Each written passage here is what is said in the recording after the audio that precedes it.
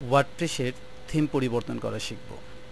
আমরা যদি আমাদের ওয়ার্ডপ্রেসে যে ব্লগটি করেছি বা সাইটটি করেছি সে সাইটটি লক্ষ্য করি তাহলে দেখব সাইটটি বাই ডিফল্ট একটি ডিজাইন ধারণ করছে, অর্থাৎ আমরা আমাদের এই সাইটটিতে কোনো ডিজাইন করে দিইনি, কিন্তু তারপরও এই সাইটটি একটি ডিজাইন ধারণ করছে। লক্ষ্য করুন, এখানে এর একটি ব্যাকগ্রাউন্ড কালার রয়েছে, এর রাউন্ডেড কর্নার রয়েছে, এখানের হেডার বা ব্যানার রয়েছে, এর একটি কালার রয়েছে, এখানে নিচে একটি গ্রেডিয়েন্ট রয়েছে। সুতরাং আমরা দেখতে পাচ্ছি যে এখানে এটি একটি ডিজাইন স্ট্রাকচার ধারণ করছে। এটি হচ্ছে মূলত এর থিম। আমরা এই থিম পরিবর্তনের মাধ্যমে আমাদের যে ওয়ার্ডপ্রেসের যে সাইট বা ব্লগটি রয়েছে এখানে আমূল পরিবর্তন আনতে পারি, অর্থাৎ আমরা এর চেহারায় একটি ভালো পরিবর্তন নিয়ে আসতে পারি আমরা যথাযথ থিম পরিবর্তনের মাধ্যমে। আমরা এবার সে বিষয়টি দেখব। এজন্য আমরা আমাদের অ্যাডমিন প্যানেলে প্রবেশ করব। আপনি যদি এই অ্যাডমিন প্যানেলের হোম পেজে থাকেন, অর্থাৎ এর ড্যাশবোর্ডের মূল পেজে থাকেন, সেখানেই আপনি চেঞ্জ থিম নামে একটি বাটন পাবেন। এখানে কারেন্ট থিমটি কোনটি আছে সেটি এখানে দেখাচ্ছে এবং এর পাশেই ডান পাশে পরিবর্তনের জন্য একটি বাটন রয়েছে, যে বাটনটিতে ক্লিকের মাধ্যমে আপনি খুব সহজেই সরাসরি থিম পরিবর্তন করতে পারেন। এছাড়াও আপনি এর অ্যাপিয়ারেন্স লিঙ্কটিতে ক্লিক করেও আপনি এর থিম পরিবর্তন করতে পারেন, কারণ এই অ্যাপিয়ারেন্স গ্রুপের মধ্যেই এর থিম রয়েছে। আমরা অ্যাপিয়ারেন্স লিঙ্কটিতে ক্লিক করলাম, বাম দিকের যে সাইডবার রয়েছে এখানে যে অ্যাপিয়ারেন্স রয়েছে এখানে আমরা ক্লিক করলাম।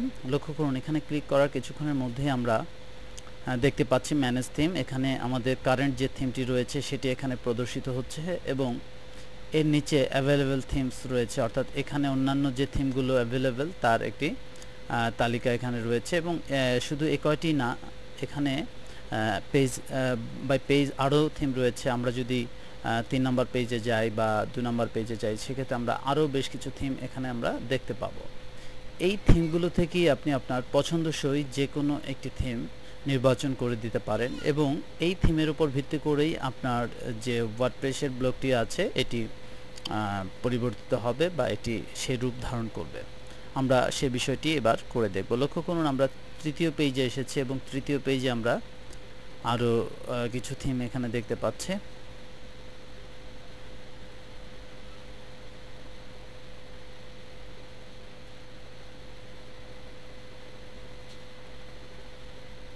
এক একটি থিম মূলত এক এক ধরনের ডিজাইন কন্টেন্ট করছে এখানে। উদাহরণস্বরূপ আমরা আমাদের যে ওয়েবসাইটটি আছে সেটি একবার পুনরায় দেখে নিই, এটির বর্তমান অবস্থাটি কি।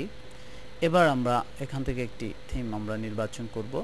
ধরুন আমরা এখানে এই থিমটিকে আমরা পছন্দ করলাম, সেক্ষেত্রে আমরা এই থিমটিকে সরাসরি অ্যাক্টিভেট করে দিতে পারি, অর্থাৎ আমাদের সাইটের এটিকে কার্যকর করে দিতে পারি এবং এই থিমটি আমাদের সাইটের জন্য বরাদ্দ হবে। তবে অ্যাক্টিভেট করার পূর্বে আমরা চাইলে এই থিমটিকে প্রিভিউ করে দেখতে পারি, অর্থাৎ আমাদের ওয়েবসাইটে এক্সিস্টিং ওয়েবসাইটে এই থিমটি কীরকম দেখাবে এবং আমাদের এক্সিস্টিং কন্টেন্টসের সাথে কতটা মানানসই হবে সেটি আমরা প্রিভিউ বাটনে ক্লিকের মাধ্যমে প্রিভিউ করে দেখে নিতে পারি যে এটি মূলত আমাদের সাইটে কতটা মানানসই হবে। লক্ষ্য করুন, আমাদের সাইটে এটি বর্তমানে চলে এসেছে এবং আমাদের সাইট অনুযায়ী এটি প্রদর্শিত হচ্ছে। এখানে ডেইলি আইসিটি নিউজ চলে এসেছে, এখানে আমাদের যে ডিফল্ট যে হ্যালো ওয়ার্ল্ড পোস্টটি রয়েছিল সেটি এখানে দেখাচ্ছে।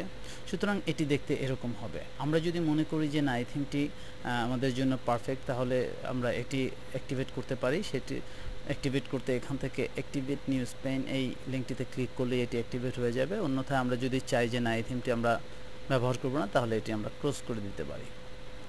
আমরা আরেকটি থিম দেখি প্রিভিউ করে যে এটি আমাদের সাথে আমাদের ওয়েবসাইটের সাথে কেমন মানানসই হয়। আমরা এই জন্য এখানে প্রিভিউ লিঙ্কটিতে ক্লিক করছি এবং আমরা দেখব যে এই থিমটি মূলত আমাদের যে ওয়েবসাইটের সাথে কতটা, এটি একটি খুবই গর্জিয়াস থিম, আমরা এটিকে ব্যবহার করতে পারি।